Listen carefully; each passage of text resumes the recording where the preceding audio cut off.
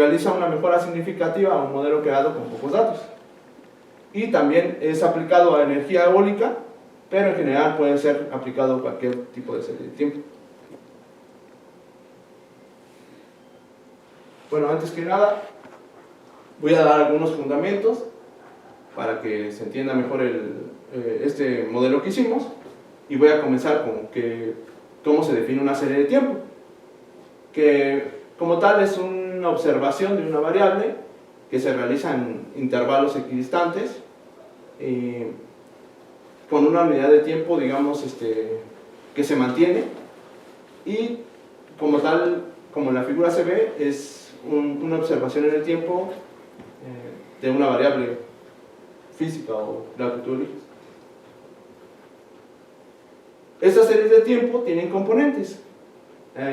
La primera es la de tendencia, que determina si la serie de tiempo aumenta o decrece, o tiene estos cambios.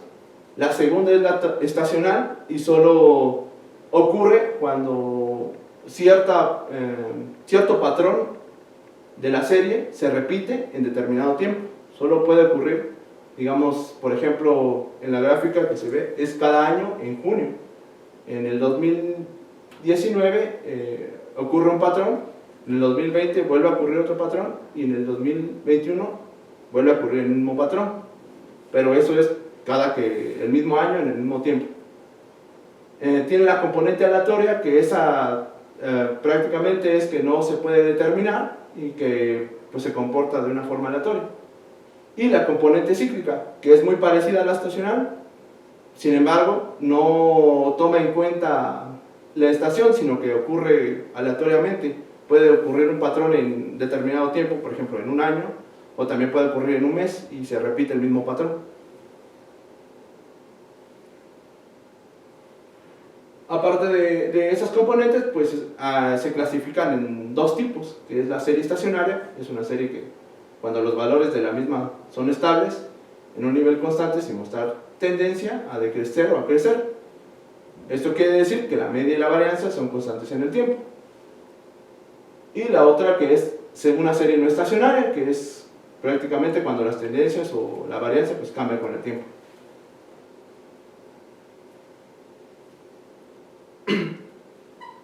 Aquí comenzamos ya con la parte de ARIMA, que ARIMA es el modelo más común y probado para series de tiempo,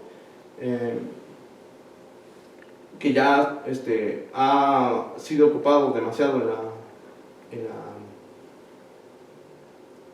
en la literatura, y se compone por la siguiente ecuación, que es la parte autoregresiva, que es la primera, la 1 menos la sumatoria de AI de Z a la K, la parte de la raíz unitaria, que se refiere a la parte integrada, que es 1 menos Z menos 1 a la D, y la parte que es de media móvil, que es la última parte de la ecuación, que es 1 más la sumatoria de B sub J,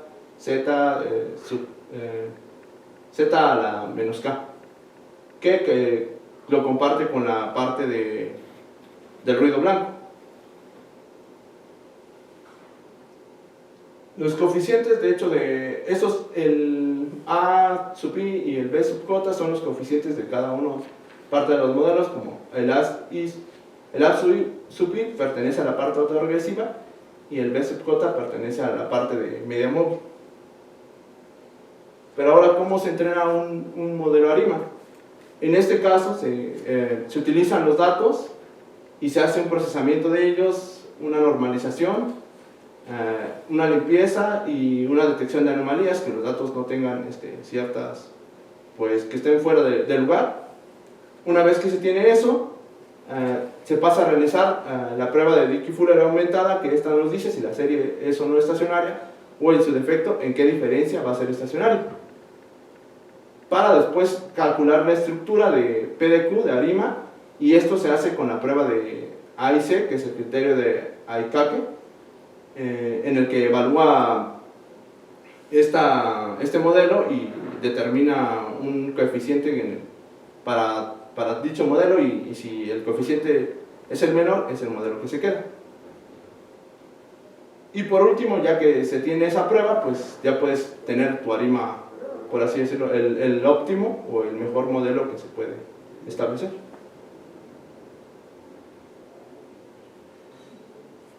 Y como mencioné que utilizamos el modelo de Alcalque, pues ese es un poco de cómo está descrito.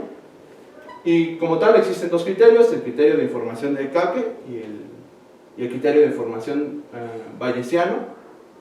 Se propone que sea un conjunto de datos que consta de n datos, y digamos la penalización de A y C es 2P más Q, 2 por P más Q más 1, todo eso, menos 2L, y el criterio de B y C es el logaritmo natural por P más Q más 1, menos 2L, donde la parte de P más Q más 1 es el número de parámetros de la estructura ARIMA, de P de Q, D. El D no se toma en cuenta porque el D se toma con la prueba de Dickey-Fuller, y L es el valor máximo de la función de verosimilitud para el modelo ARIMA, que está estimada en la ecuación de abajo, que es L igual a n logaritmo de 1 sobre n sobre toda esa sumatoria del error, y donde y de t es la salida del modelo ARIMA ya predecido. Una vez que pues, ya se obtiene este modelo ARIMA, es necesario pues evaluarlo con una métrica para saber el error, y en este caso pues hay distintas métricas que para los modelos de clasificación y de pronóstico que pueden ocuparse.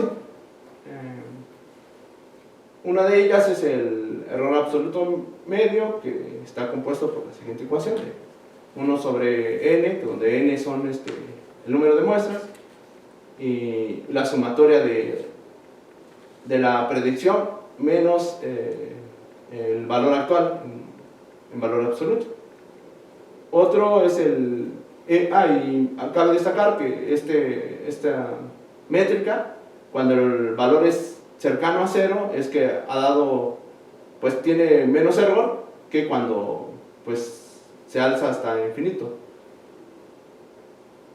El siguiente es el Symmetric Mean Absolute Error Percentage Error, que cuando también tiene la misma característica que el MAE, que cuando el valor está cercano a 0, pues es una buena métrica, digamos, es un error no tan grande, pero el peor valor es el 2. Otra de las métricas que también utilizamos para medir es el Rhodes Mean Square Error, que igual el mejor valor está en 0 y el peor está en más infinito.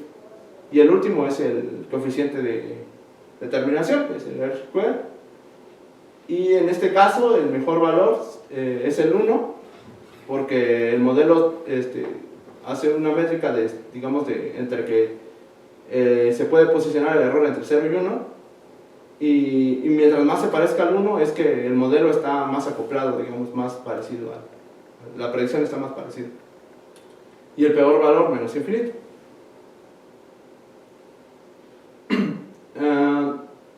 Ahora viene, esta es la propuesta del modelo que nosotros pusimos en la tesis, y esto prácticamente se basa en que un conjunto de datos, ya con los modelos preentrenados de ARIMA,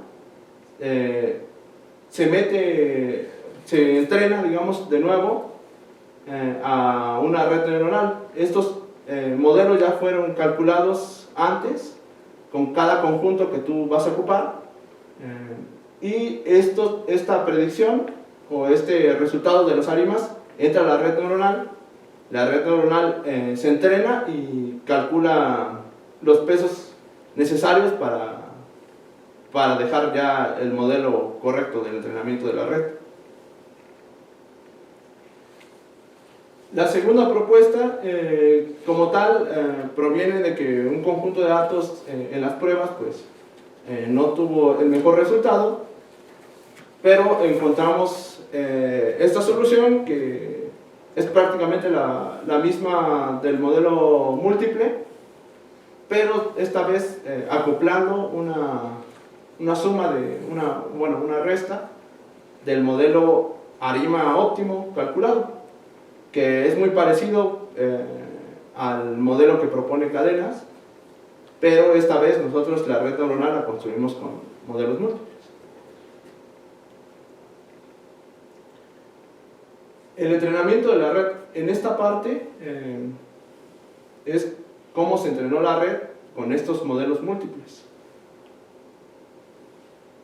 Y pues la salida de la red entrenada con los modelos ARIMA es la sumatoria de los pesos por phi, y todo eso por la sumatoria de los pesos de la segunda capa o tercera capa por la salida del resultado de cada modelo preentrenado, donde cada modelo preentrenado utiliza los datos de entrenamiento, pero de ahora el conjunto que se desea evaluar. Y como dice, la tarea principal es entrenar esa ecuación, que es la salida de nuestra red neuronal, con el error que hay entre la predicción y el valor objetivo. Tal que necesitamos minimizar el peso de la red neuronal, o los pesos de la red neuronal, y eso se obtiene con el algoritmo de backpropagation. Ahora, ya partiendo con esto, ya podemos ir a la parte de aplicación, que nosotros usamos 3 bases de datos de diferentes sitios, porque ese es el objetivo que queríamos mostrar. Uno fue de Cable, que es una plataforma web de datos y competencias online. Otro fue de Alemania, del operador eléctrico de Alemania, y también de California, también el operador eléctrico de California.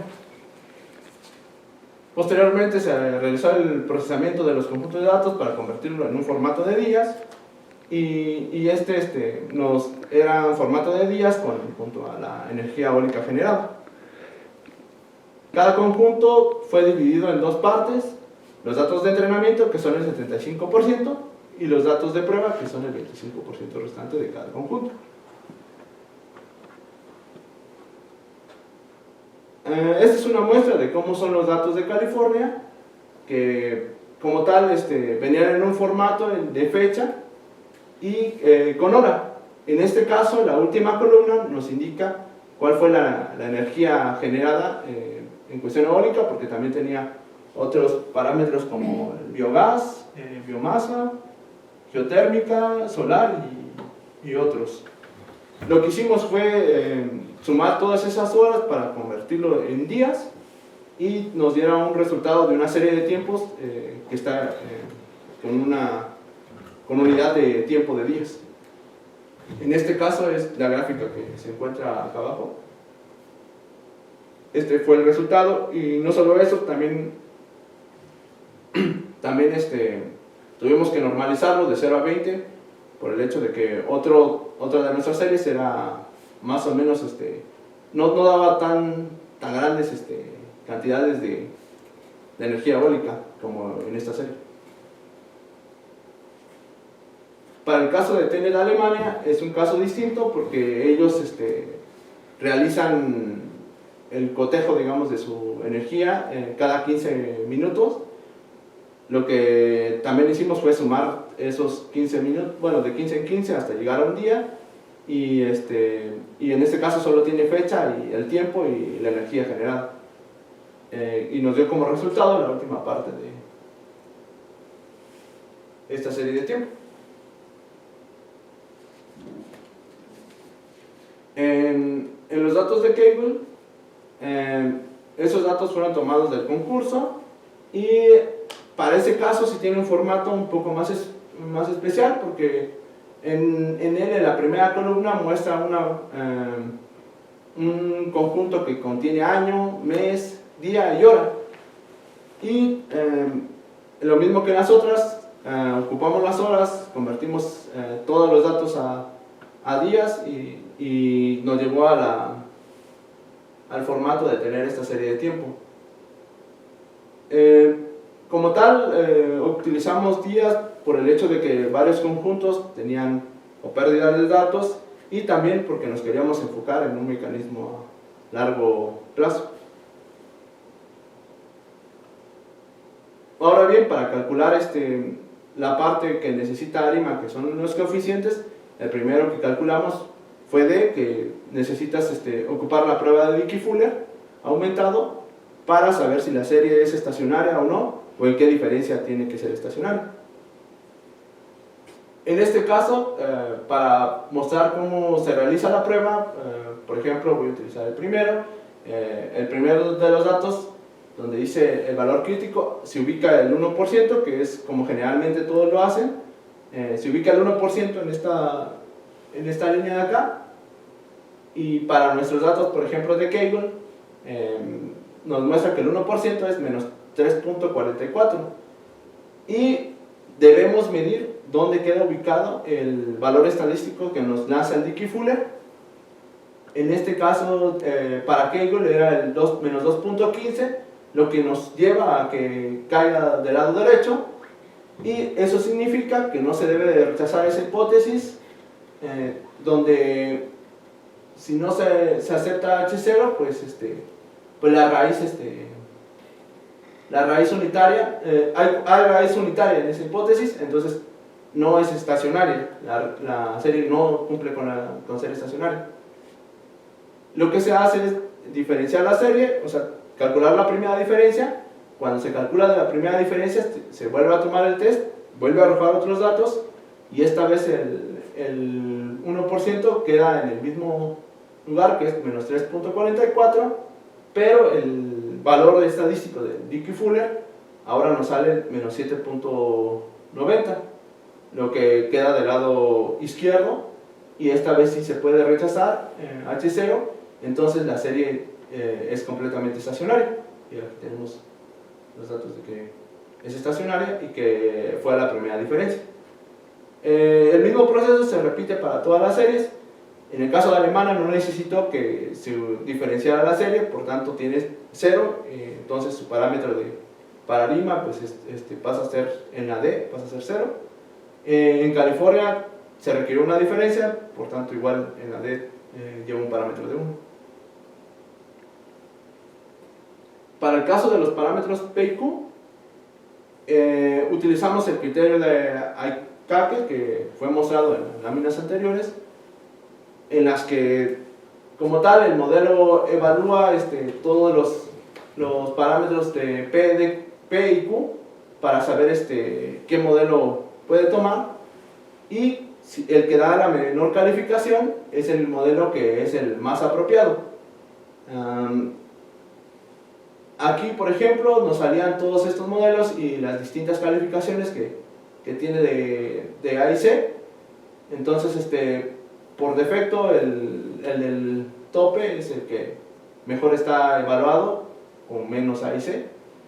En este caso, no solo a pocos datos, me refiero a que no tengamos una serie evaluada, o sea, una serie evaluada con pocos datos, y que pues ahora sí que las otras series le ayuden a compensar esa falta de datos.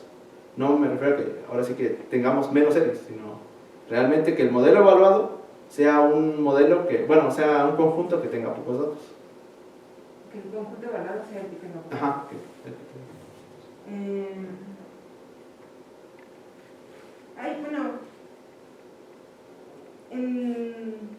De modelos ARIMA hay muchos que han como, el básico por así decirlo, y hay unos que han tenido como muchas mejoras con respecto a como tal. ¿Cuál es el que utilizas? ¿El básico? Sí, el modelo ARIMA PDQ normal, digamos.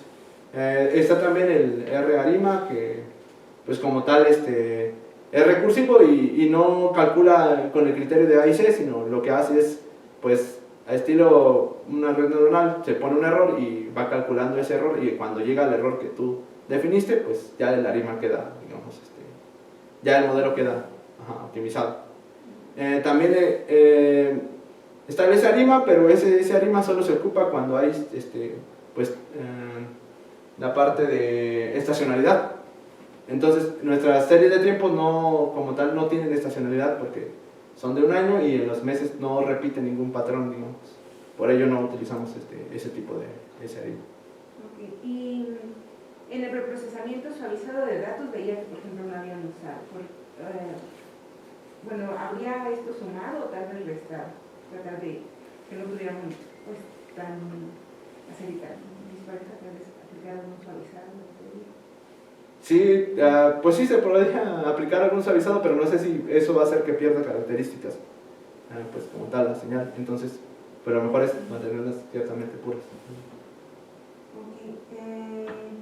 Y bueno, otra de las cosas que mencionaba, sobre todo en la parte del estado del arte, tienen mucho la parte de corto plazo y en tu caso tienes largo plazo también.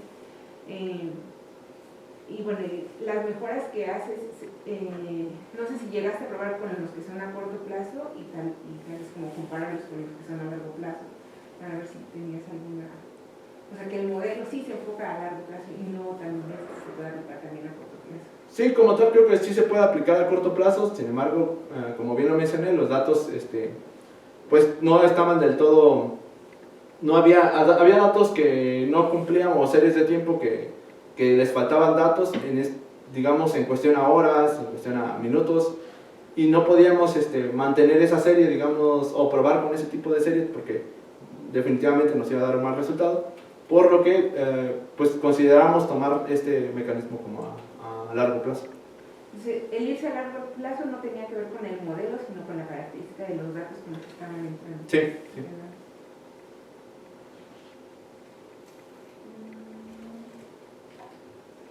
Red neuronal, la que usas fue backpropagation. Backpropagation, sí. ¿Por qué esa en particular? Además, sobre todo ahora que hay tantas evoluciones. Sí, como tal, digamos, pienso que por cuestión de pruebas y eso, pensamos que es un mecanismo que toma, digamos, la clásica toma todas las características y quisimos probar con esa parte de solo utilizar backpropagation de red neuronal. Y si se deseaba hacer una comparativa, a lo mejor cambiar la red o como mencioné, el SVM, pero pues no, ya no nos dio tiempo.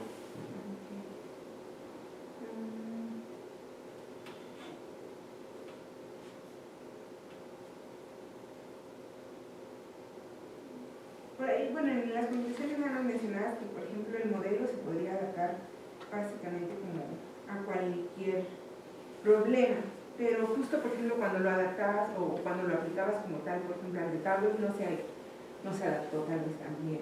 Sí, ¿Qué características debería de tener el conjunto de datos para que sí se adaptara bien?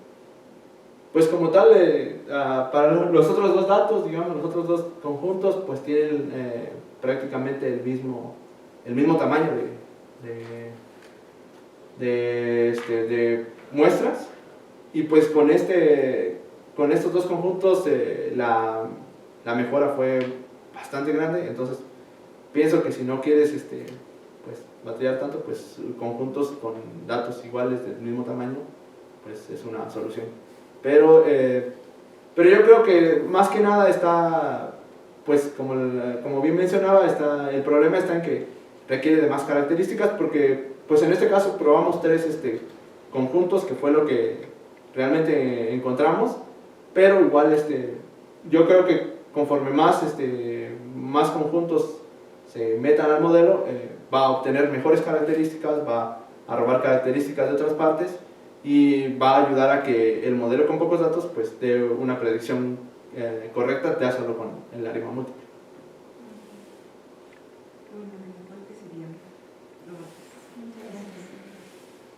Bueno, ok. Entonces, finalmente sí evalúas con pocos datos, ¿no? Sí. ¿Qué significa pocos datos comparados a poder numerar con muchos datos? Sí, que la serie es más corta, no tanta, pero es un 75% más corta que las otras series.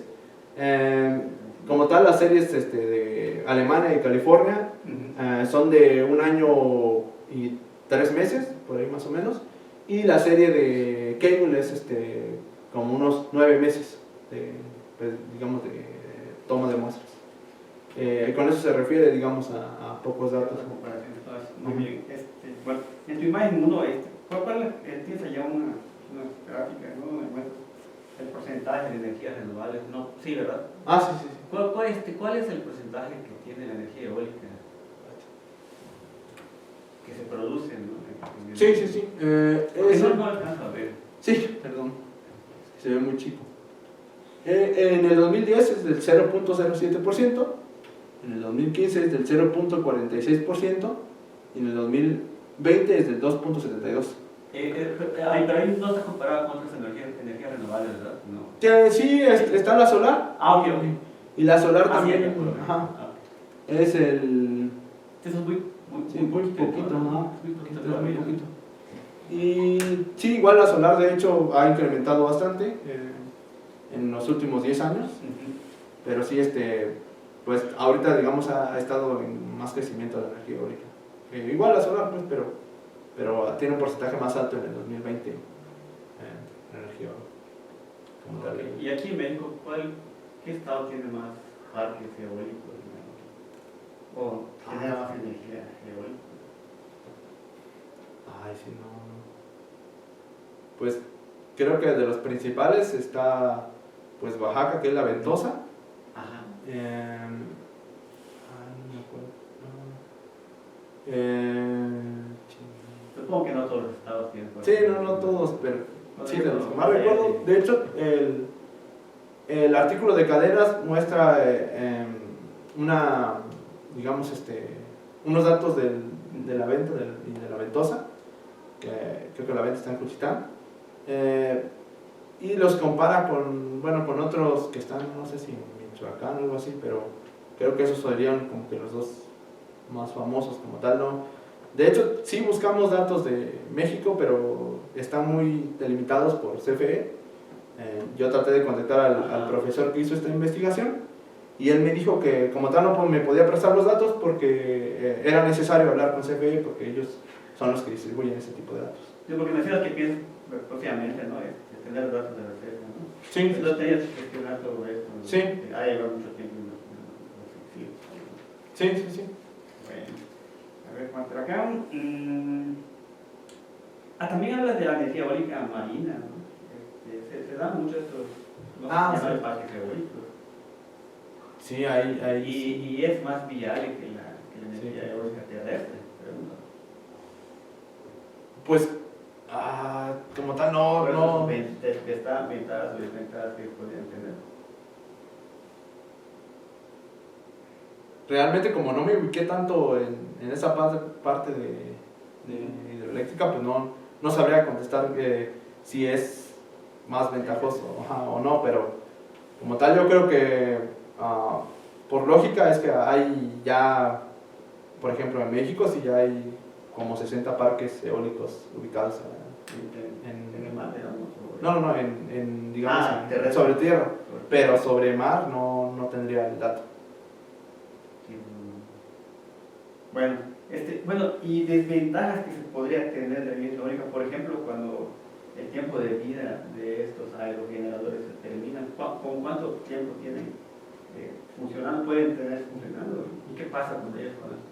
Sí, como tal, de hecho lo que, pues ahora sí que esa parte ya sería en la parte de los vientos de turbina, que es la que determina digamos, ese tipo de objetivo de predicción, es determinar la potencia que lleva la turbina, ¿no?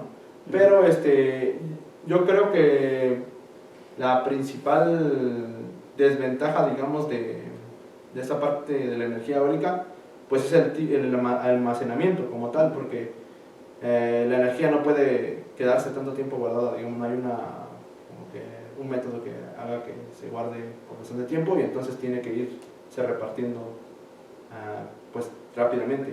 Por ello igual el mecanismo de predicción, digamos, para que sepas más o menos cuánto va a generar la planta o algo así.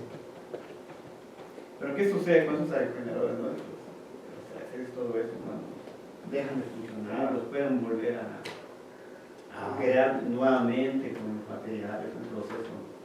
Sí, no, pues no sabría responder tal pregunta, porque si no me ubiqué tanto así en la parte de aerogeneradores como tal, no sé, parque eólico, estoy un poco más ubicado en los mecanismos que predicen energía. Ok. ¿No tendrás ahí alguna imagen de tu tesis, como en la página 15, por ejemplo? Porque ahí tiene unas fórmulas que tienen que ver con la prueba de Führer, ¿no? Ah, sí, sí, sí. De hecho, quería entender bien una parte de unas sí, fórmulas que tienes allá. de hecho, bueno, sí. Bueno, no lo vi en tu presentación. Sí, sí, sí está la grafiquita y es esta, de hecho. Es esta gráfica de Dickey Fuller, con la que hay dos tipos de, como que la prueba, pues que estas veces es como que la teórica, pero ya llevada a la práctica es esta, donde el estadístico te da un valor, y este valor se evalúa por tres parámetros, que es el porcentaje que marca, que son unas tablas que tiene la distribución de Dickey Fuller, y él calcula, digamos, que al 1%, al 5% y al 10%. Entonces, ese valor estadístico que te arroja, debes ubicarlo dependiendo de las tablas de Dickey Fuller que dan ellos. Y una vez que si este valor se queda en la parte de no rechazar H0 o aceptar H0, es cuando pues el modelo o la serie no es estacionaria. Bueno, lo que quería saber es que ahí quería entender un poco tus obras que tienes allá de tu tesis, pero no tienes disponible acá, ¿verdad? A ver, déjeme ver si. Es que no la descargué en mi computadora de acá. Pero voy a ver si puedo.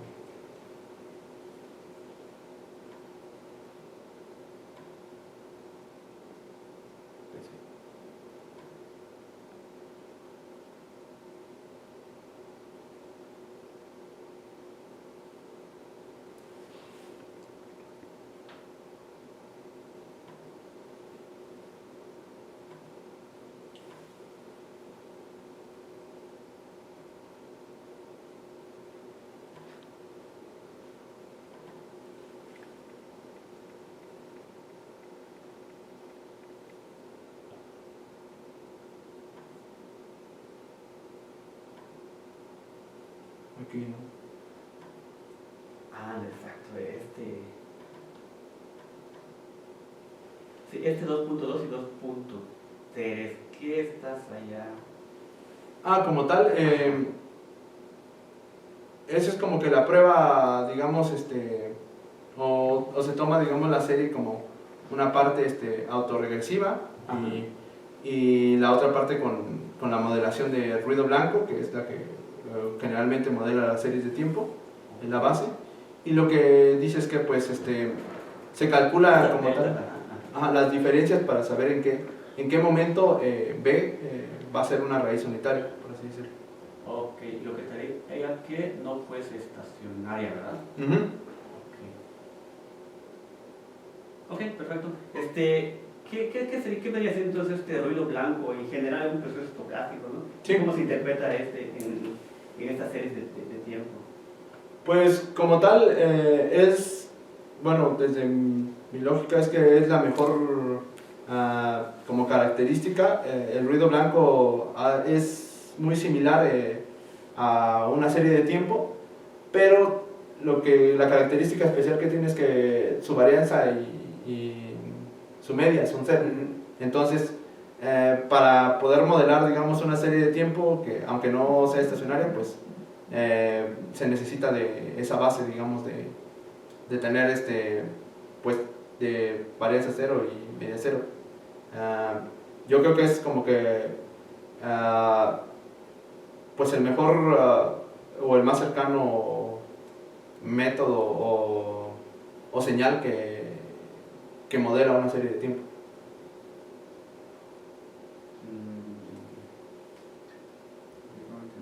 Ok, está bien. ¿Qué otras variables puedes utilizar? Porque aquí solo utilizas en sí la energía eólica, ¿no? ¿Qué otras variables podrías utilizar aparte de, ¿no? Por ejemplo, por ahí vi que se puede considerar en harinas, por ejemplo, ¿no? Sí. Y eso es otro tipo de variables, ¿no? Sí. No, es que de harinas casi no. Bueno, ahí vi que son como estas variables independientes, ¿no? De eso, ¿no? Pero ¿cuál podría ser esta una variable que se pueda considerar parte de él, ¿no? aparte de, o sea, Finalmente pues tienes ahí la energía, ¿no? Eólica, pero algo que puede ayudarnos, porque bueno, menciona que sí ayuda bastante, ¿no? Que debe usar otras variables, ¿no? sí, sí, sí. Que tengan una cierta correlación. Pues tal vez podría, realmente, como Arima solo ocupa la serie de tiempo, también, no sé, tal vez combinarla con un conjunto de datos que ya tenga temperatura, no sé, cómo está el suelo, características, digamos, meteorológicas, o también de dónde se ubica, porque como bien mencioné, ya en estos últimos años ya digamos, leí un artículo donde ya digamos, en Europa, en esas partes, ellos ya tienen sus propios centros meteorológicos ubicados en el parque eólico, y lo que hacen es, con esas variables, pues, calcular, pues, digamos, determinar sus predicciones, ya muy basado en el tiempo, digamos, y tiene su lógica, porque como tal, no te puedes guiar como que de una sola variable, pero yo creo que también está, o sea, esos mecanismos solo los tienen, pues, los países de primer mundo, y quedan como que, pues, digamos, aislados los que no tengan. Ahora, igual cuento con los datos, ¿no? Mencionas que es muy difícil encontrarlos. Sí. Aparte de esos países, supongo que sí, muchos datos que se podrían en otros lugares. Sí, sí, sí. Pues lo raro es que no sé por qué tuve cierta mala suerte, pero también, por ejemplo, en Alemania, a partir del 2022 o 2021, no me acuerdo, ya empezaron a quitar los datos de energía eólica. La verdad es que no, en la misma página decía que iban a censurarlos, o no sé si por el hecho de que, pues, a lo mejor ahora ya es mejor venderlos que solo compartirlos públicamente. Ajá. Ah, ok. Bueno, y también mencionas que en esos datos, por ejemplo, tú usas días, ¿no? Pero luego lo dan, no sé, por hora. Sí, por hora, por tiempo. Sí, de hecho, los mecanismos tradicionales, o bueno, los que más probados son en minutos, en horas, así, que son mecanismos a corto plazo. Pero también mencionas que hay ciertos datos que no se dan, digamos, por hora, ¿no? Y por eso decías finalmente usar días. Pero ¿cómo puedes justificar esto, ¿no? El hecho que falten ciertas horas y finalmente dar Sí, tal vez un parámetro por día, ¿no? Sí, como tal, a lo mejor ahorita se me ocurre que tal vez para hacerlo en horas o en minutos o en segundos, pues tal vez proponer un mecanismo de imputación para que se vea la diferencia entre comprobar esta serie en minutos o en horas y versus días, y ver cómo es la predicción, digamos, de estos modelos. Pero menciona en tu trabajo, por ejemplo, tú usas días, ¿no? Sí, sí, sí. Pero finalmente usas datos de otras horas. Lo haces de modo que para días, ¿no? Pero mencionas que hay datos que son restantes, ¿no? ¿Qué haces con esos datos que te hacen falta para finalmente tener los datos en días? Pues lo que hago es, como tal, no considerarlos, porque hago la sumatoria de todas las horas. Y en ese caso, cuando pues sumo las horas, hay datos restantes obviamente, pero ya no se contemplan por hacer un conjunto solo de días, digamos. Ya realmente no son contemplados. Como tal, si, por ejemplo, a determinada hora, no sé, de tal día, no sé, el día 1 de marzo, se obtuvo 0 producción de energía eólica, o como tal, en esa hora ya no es considerada, digamos, solo se consideran las que dieron, digamos, pues energía eólica generada. Ah, bueno. Sí, ahí ya no, Ajá. le digo, como tal, podría ser algo más completo, pues, encontrar un mecanismo de imputación para que estos datos no se queden vacíos, y pues a lo mejor sí se tenga una mejor respuesta. Sí, sí. Perfecto. A ver, tenías una imagen por acá, pero bueno, en donde están tus datos, ¿no? Sí. Aquí que se supone que no.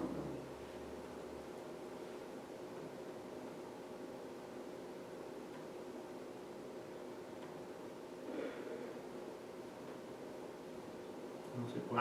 Estos, por ejemplo, ¿no? Están las flechas posibles de energía eólica, ¿no? Sí. Pero luego veo que hay unos que son magnitudes más grandes que otras comparaciones dependiendo del país, ¿no? Y ahí, ¿cuáles son sus unidades de medida que están trabajando en cada uno de estos?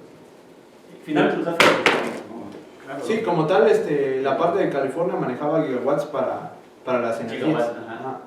Y luego veo que las de Cable, creo, son cantidades muy pequeñas, ¿no? Sí, las de Cable como tal, como es un conjunto de un concurso generado, también realmente pues el dato es adimensional, por así decirlo, ¿no? Por ello también decidimos hacer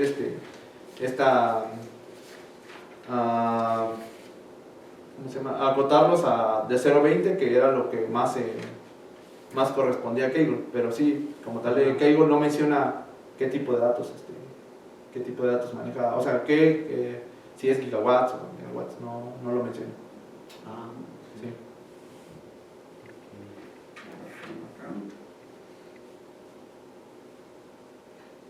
Bueno, ¿por qué utilizar IMAX? Dice que es más popular, ¿no? Sí, es el ¿Qué más. otros se tienen que se podrían utilizar para hacer de tiempo, ¿no? En específico, claro.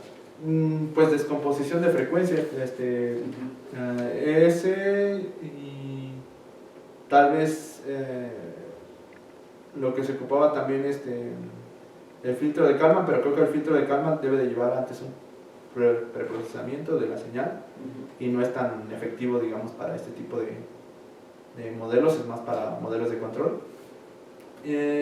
Sí, yo creo que entre transformada wavelet y que es el que pues trabaja con frecuencias de señal y señales en tiempo y descomposición empírica de frecuencias también es un buen mecanismo. Realmente pues ahora sí que me basé en el más popular debido a los trabajos, pero sí obviamente hacer una comparativa hubiera sido mucho mejor, pero también podría hacer la fusión de ambos modelos, pues hacer un primer filtro de descomposición de frecuencias por EMD y después mandarlo a una ARIMA, como hacen algunos autores, y meterlo en el mecanismo que yo quiero utilizar, que es el que se aprende por transferencia, aprendizaje por transferencia. Sí, ahí realmente pues, más adelante. Más adelante, porque realmente no. Ahí sí sería cuestión de evaluar pues todos los mecanismos. ¿Cuál es el que me puede dar mejores? Pero sí, sin dejar atrás, digamos, esta parte que creo que es importante porque, pues como tal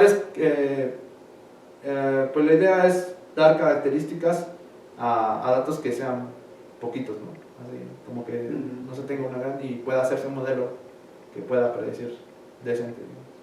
Ok, a ver vamos por acá. No creo que sería todo mi parte. Okay. Gracias. Vicente, ¿puedes regresar a la página 7? ¿Dónde está el H? Sí. Y la siguiente, así. Okay. Aquí y la que sigue.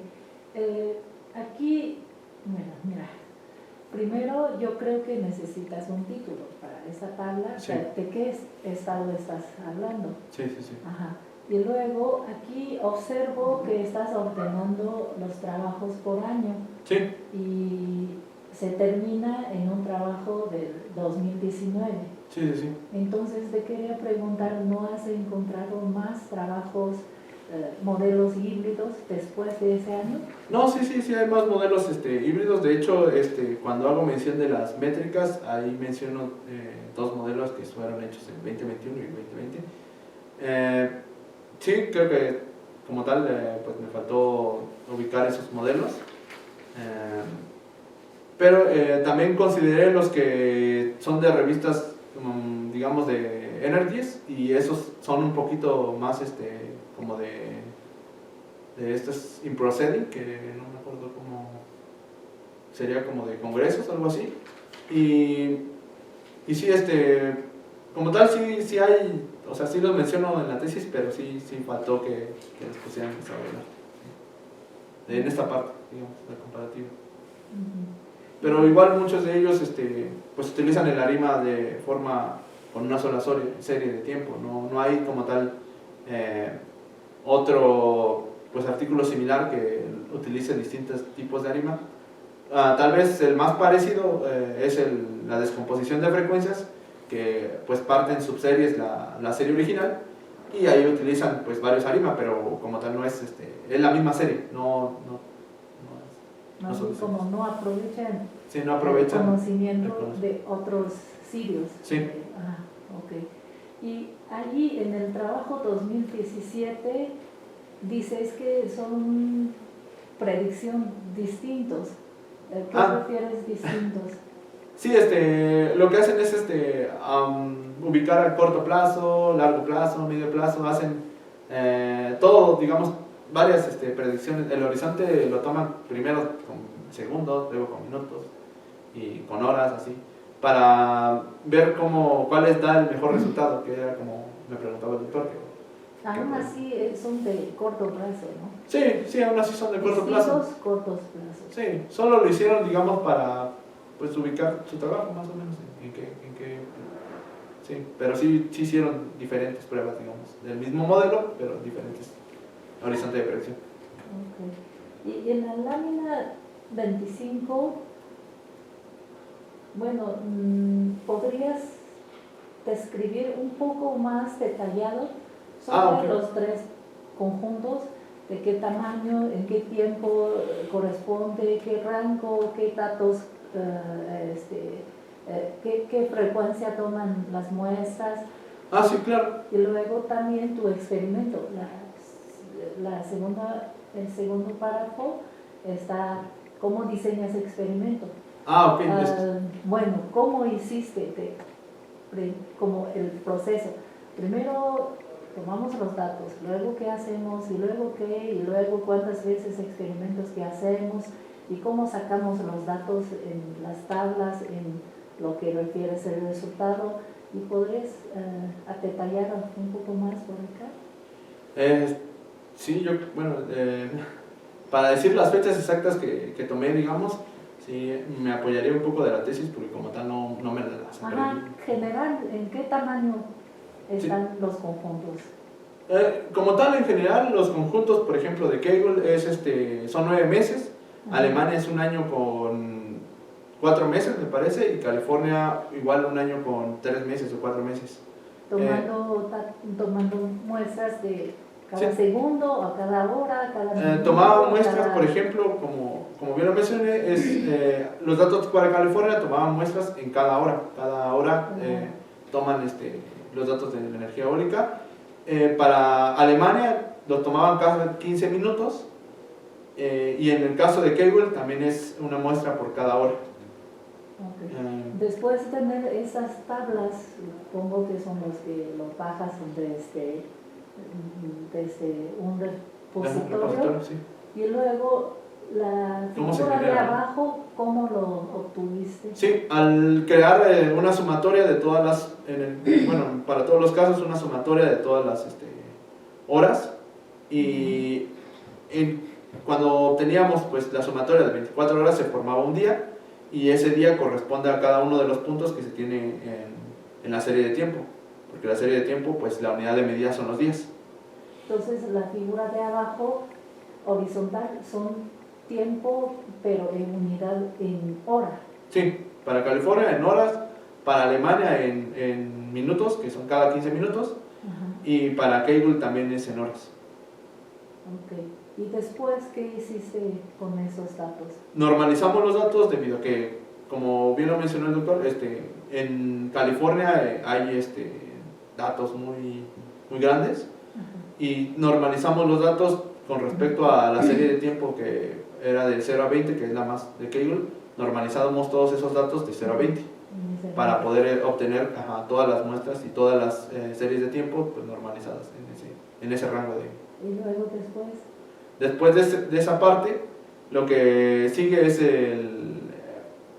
digamos, ver si la serie es o no estacionaria, para calcular el primer parámetro de ARIMA, que es el D, el que hace la integración ¿Y con qué herramienta te apoyó a hacer esa prueba? Utilizamos la prueba de Dickey Fuller, Ajá. que es la que mencioné, que es... ¿En alguna herramienta o Sí, algún software? utilizamos en MATLAB la herramienta de la prueba Dickey Fuller de DFA, en el que nos arroja estos valores que son el ADF estadístico, el p-valor, los porcentajes críticos, y nos dice si es estacionaria o no. En este caso, lo que arrojaba era, o sea, para Keylor, por ejemplo, arrojaba estos datos y nos decía que no era estacionaria y la diferencia. Pero para comprobar, pues debes de comprobar con la gráfica que está aquí mostrada, ver que sí está cumpliendo el estándar de que está al 1%, que está del lado de no, rechazar H0, y cuando no hay raíz unitaria, y entonces la serie es estacionaria.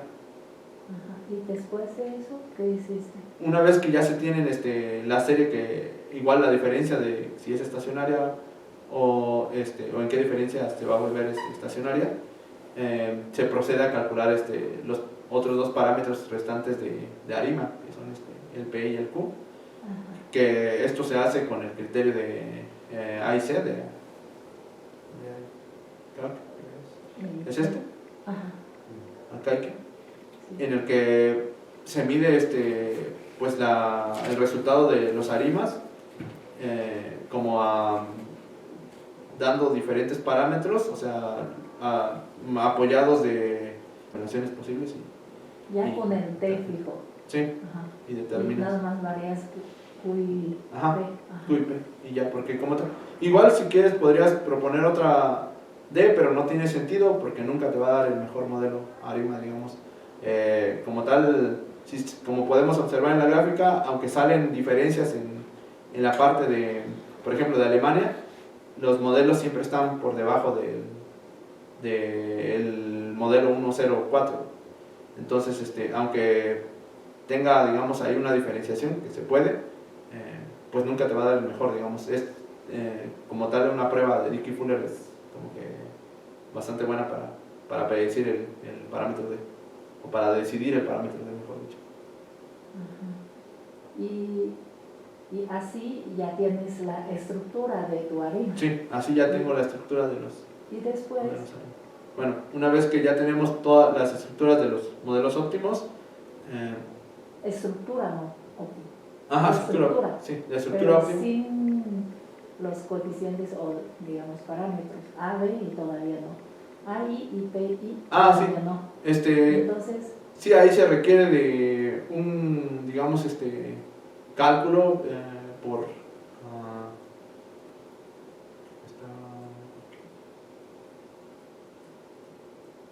aquí. Queda como esta parte, y lo que se puede hacer es utilizar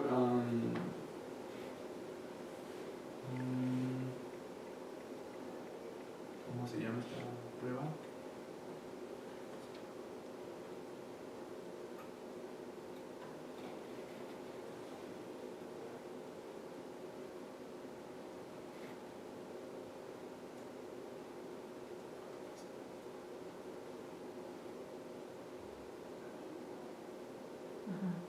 Sí, se puede hacer mediante... identificar identificar Ajá. esto mediante... los A y D. mediante mínimos cuadrados. Ajá.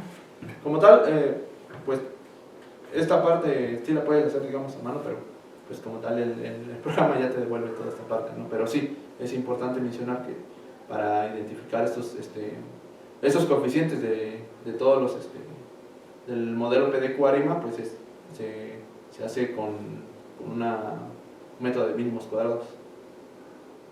Ajá. ¿Y la fórmula cuál es? Es esta que está acá. Es el 3.44. 3.42. Ok. Y con lo que metes los datos y MATLAB le da resultado. Sí, me da un resultado de una serie. Y así ahora ya terminas a Ya. construir los modelos ARIMAs Sí, para cada conjunto. sí, sí, sí. Y después, en tu modelo que hiciste, Después es evaluar el 75% de estos datos, ahora del dato elegido. En este caso, por ejemplo, podría ser California. y cuando evalúas California, esta salida de estos modelos ARIMA se van a ir directamente a la red neuronal para entrenar. ¿Hiciste solamente una vez partición de 75% y 25% para prueba o repetiste muchas veces? ¿Cómo repetir muchas veces? O sea, ¿para calcular la red? O... ¿Hiciste algún como validación cruzada? En el caso de... ¿Para la red neuronal o para ARIMA? Porque... Para entrenar tu red neuronal. No, para entrenar la red neuronal sí hicimos bastantes pruebas, debido a que, como bien mencioné, sí, también ahí mismo partíamos los datos, digamos, no solo entraba el 75% y también ahí volvíamos a partir el 75% de los datos y validábamos con el 25% de los datos para ver que pues los pesos estuvieran bien y la predicción estuviera bien. Ajá, si vas a los resultados de la presentación y vemos la tabla, esos datos de los numeritos, ¿los sacaste de una corrida o de muchas veces? No, de muchas veces. ¿Tomas promedio o cómo? Sí, fue un promedio. De hecho, hice un programa que hace como 100 repeticiones de la misma red para calcular que no estuviera la red solo, digamos, por suerte. Entonces, cuando corría esas repeticiones, calculaba todos los parámetros de nuevo y al final los dividí en las 100 repeticiones para que me diera este resultado. Ajá. Pero como tal, estos datos ya son, digamos, ya son la parte nada más del testing. ARIMA. Ajá. Izquierdo es de ARIMA, derecha es de tu modelo nuevo. Del modelo nuevo, sí. Ajá. Y con tu experiencia, tuviste 2 modelos nuevos. Sí. ¿Y cuál mejor? ¿Por qué? ¿Cuál modelo te parece mejor o teóricamente mejor? ¿Y por qué? Pues yo creo que, bueno, como tal, mantengo el punto de que el modelo múltiple es mejor por el hecho de que puede tomar y aprender de otros conjuntos de datos, enseñándole a conjuntos que tienen pocas características. Por ello, creo que es un modelo, digamos, ciertamente beneficioso, porque como tal, tal vez en este caso, por ejemplo, de la predicción de energía eólica, no en todos los lados es igual, tienen distintas características geográficas, por ejemplo, meteorológicas. Entonces, al prestarle esas características a otro conjunto que no ha sido evaluado, pues puede tener, digamos, como que un poco de cada uno. Es lo que, bueno, a mi parecer, el modelo múltiple pues es pues el correcto y el mejor. Lo que sí es que tal vez podría, como que en un trabajo futuro, puedes utilizar más series de tiempo para comprobar mejor su eficacia, porque en este caso solo utilizamos 3, pero a mí como parte a mí me gustaría, por así decirlo, que seguir validando, digamos, este modelo con más conjuntos de series de tiempo. ¿Y serán más conjuntos mismos de energía eólica, de aire, o pues de otro tipo? De otro tipo, definitivamente no de aire. Sí, yo creo que, bueno, que podríamos validarlo con algo, con distintos datos, porque sí son un poco más difíciles de encontrar los datos de energía eólica. Ajá, pero como tal, por ejemplo, si vas a poder fácilmente obtener datos de meteorológico, ajá, ¿y crees que ayuda algo? Pues ya es otra serie de tiempo, ya sí, no es de sí, ya no tan... aire. Yo digo que sí, o sea, como tal, la base es, y el análisis se hace bajo una serie de tiempo, pero no necesariamente tiene que ser de energía eólica, sino que puede ser de cualquier tipo. Ya, habría que estudiar bien cómo se comporta pues, digamos, esa variable, pero pues sí debe funcionar el método. Como transferencia de conocimiento relacionado, pero no es exactamente de esa cosa.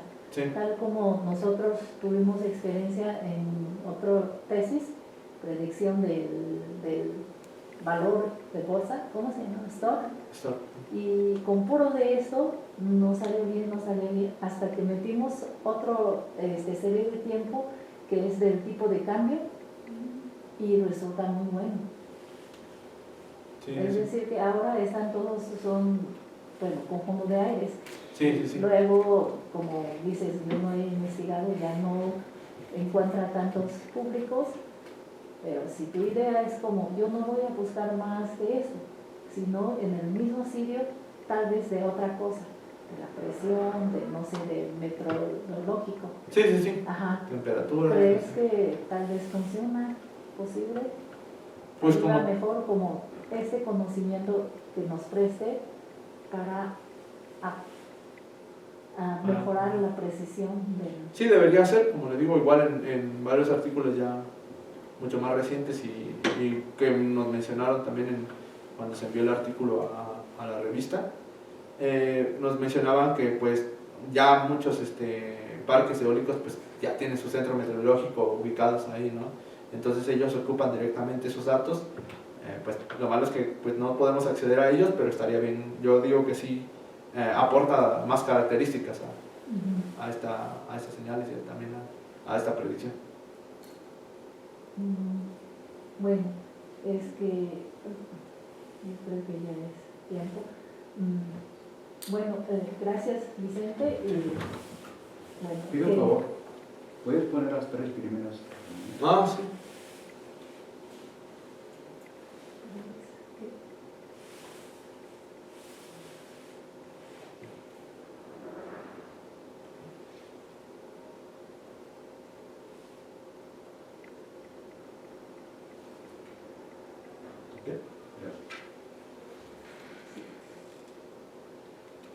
Y realmente la verdad se puede mejorar mucho, tanto la tesis como la presentación.